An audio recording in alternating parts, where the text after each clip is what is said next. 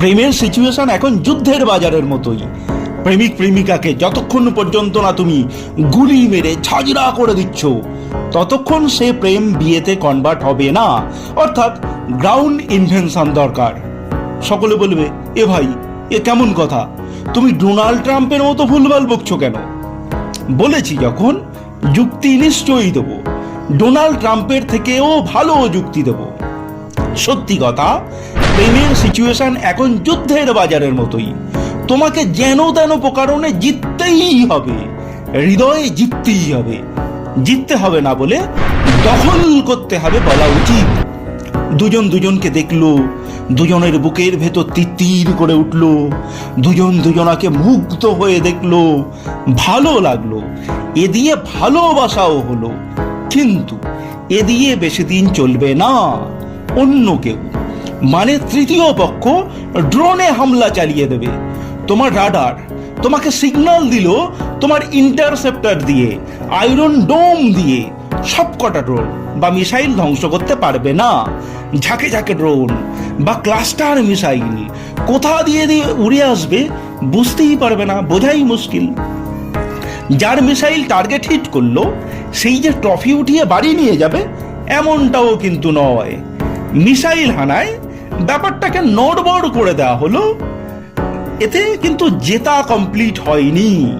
হৃদয় দখলের রাস্তা এখনো বহু দূর। এবার যেটা দরকার সেটা হচ্ছে গ্রাউন্ড ইনভেনশন, মানে হোয়াটসঅ্যাপ, সোশ্যাল মিডিয়া, নানা ডিজিটাল প্ল্যাটফর্মে নানা রঙ্গ তামাশা করে হৃদয় নড়বড়ে করে দেওয়া হলো বটে, কিন্তু রাস্তা এখনো অনেক বাকি। পুরো ভালোবাসাটা কিন্তু মডার্ন ব্যাটেল ফিল্ডের মতো, পুরো ইরান ইসরায়েল যুদ্ধ। তবে সব যুদ্ধ কুরুক্ষেত্রেই শেষ হয়। হাতে হাতে লড়াই তোমাকে করতেই হবে যদি তুমি জিততে চাও। একটা ছবি এঁকে মডার্ন ব্যাটেল ফিল্ডটা একটু বোঝাই। ছবিতে বি হচ্ছে আমাদের টার্গেট, মানে প্রেমিক প্রেমিকা। বি এর সঙ্গে এ রিলেশনে আছে, সি আর ডি বি এর উপর ড্রোন, ক্লাস্টার মিসাইল এসব হানছে। এ রাডার দিয়ে, ইন্টারসেপ্টর দিয়ে ধ্বংস করছে। এক সময় সি এর মিসাইল, এই বি এর সি এর মিসাইল ইন্টারসেপ্টরকে ফাঁকি দিয়ে টার্গেট বি কে আঘাত করলো। সঙ্গে সঙ্গে এ টাটা বাই বাই, খতম হয়ে গেল। আমরা যুদ্ধের সাজ সরঞ্জাম দেখলাম এই ছবিটাতে। প্রেমের ক্ষেত্রে হোয়াটসঅ্যাপ, সোশ্যাল মিডিয়া, নানা ডিজিটাল প্ল্যাটফর্ম থেকে নানাভাবে অ্যাপ্রোচ করতে করতে ঘায়েল করে দেওয়া হয়। যাই হোক, আমরা দাঁড়িয়ে আছি যে বি অ্যাটাক হয়েছে সি এর দ্বারা, এই জায়গাটাতে দাঁড়িয়ে আছি। এ এখান থেকে সরে পড়েছে, মানে এর অত ক্যালমা নেই যে সিকে আটকাবে। এবার সঙ্গে সঙ্গে সিকে গ্রাউন্ডে নেমে আসতে হবে, গ্রাউন্ড ইনভেনশন করতেই হবে। বিকে গুলি করে ঝাঁঝরা করে দিয়ে পুরোপুরি দখল নিতে হবে। স্থলসীমা, জলসীমা এবং মোস্ট ইম্পর্টেন্ট আকাশ সীমা দখলে রাখতেই হবে। এখানে গুলি করে ঝাঁঝরা মানে ফুল দাও, গোলাপ দাও, চকলেট দাও, মাথা টিপে দাও, ডেটিংয়ে নিয়ে যাও, যত্ন নাও, কোথাও কোনো কমতি রাখা যাবে না।